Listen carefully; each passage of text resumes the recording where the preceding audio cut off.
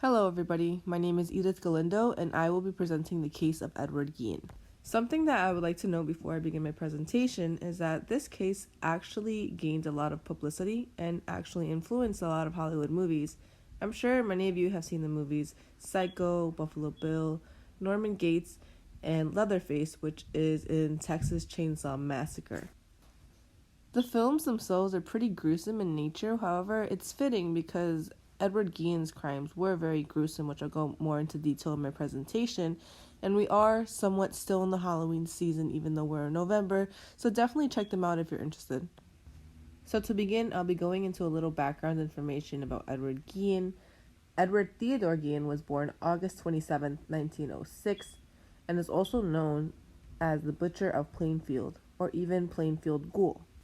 He was born and raised in Wisconsin, living with his mother Augusta and his father George. He also had an older brother named Henry.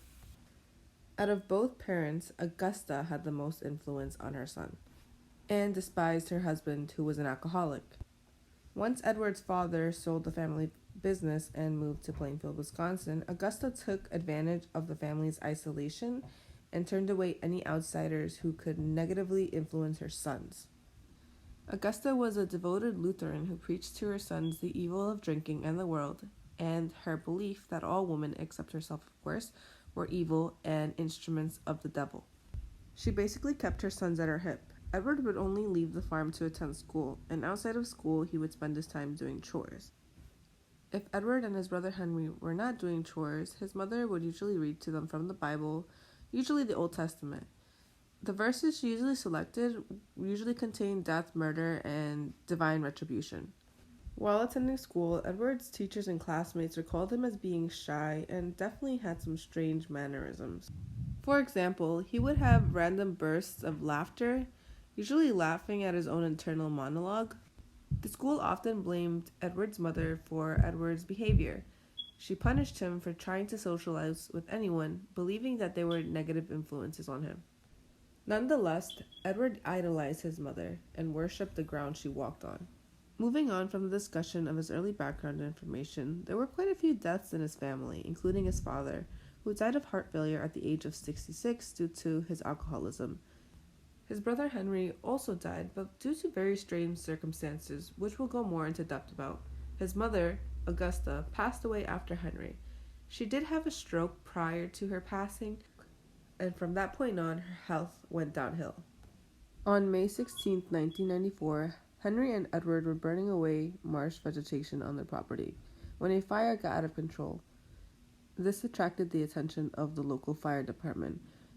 After the fire was put out, Edward reported his brother missing. A search party was then conducted to locate Henry. However, he was found dead. Henry had been dead for some time, and heart failure was ruled as the cause of death. He had not been burned or injured in the fire.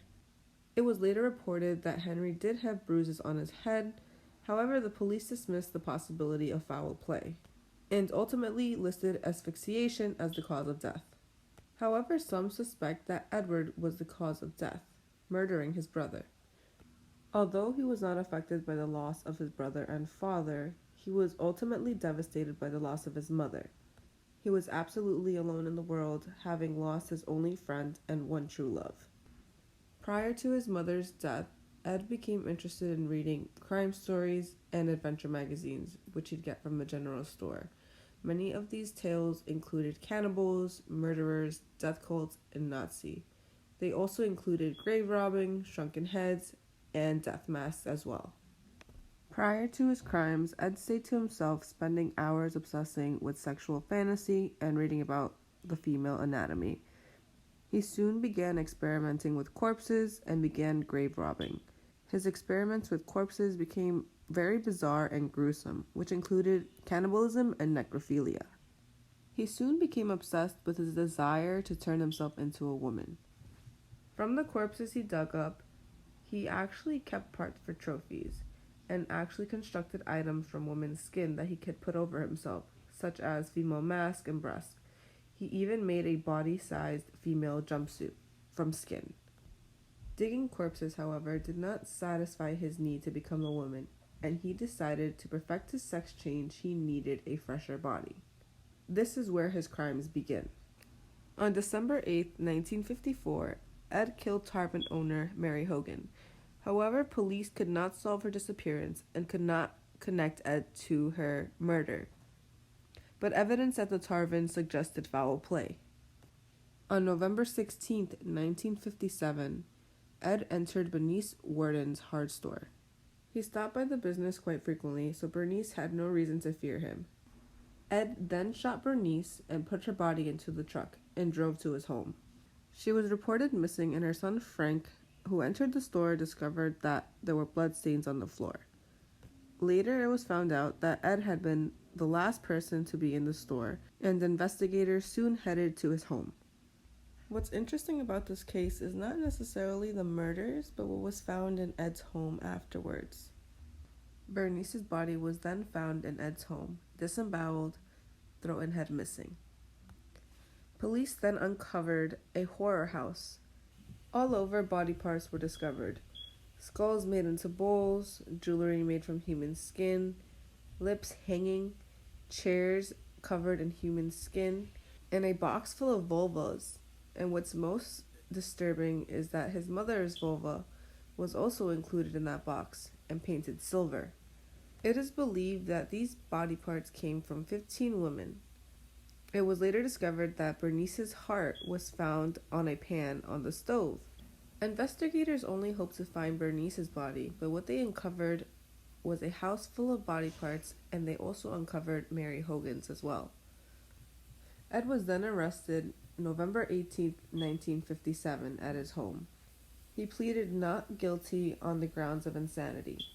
He was diagnosed as schizophrenic and declared mentally unfit to stand trial. Ed spent about 10 years before his trial at the Central State Hospital for the Criminally Insane. On November 7, 1968, Ed was found guilty by reason of insanity for the murder of Bernice, but he was never tried for the murder of Mary Hogan.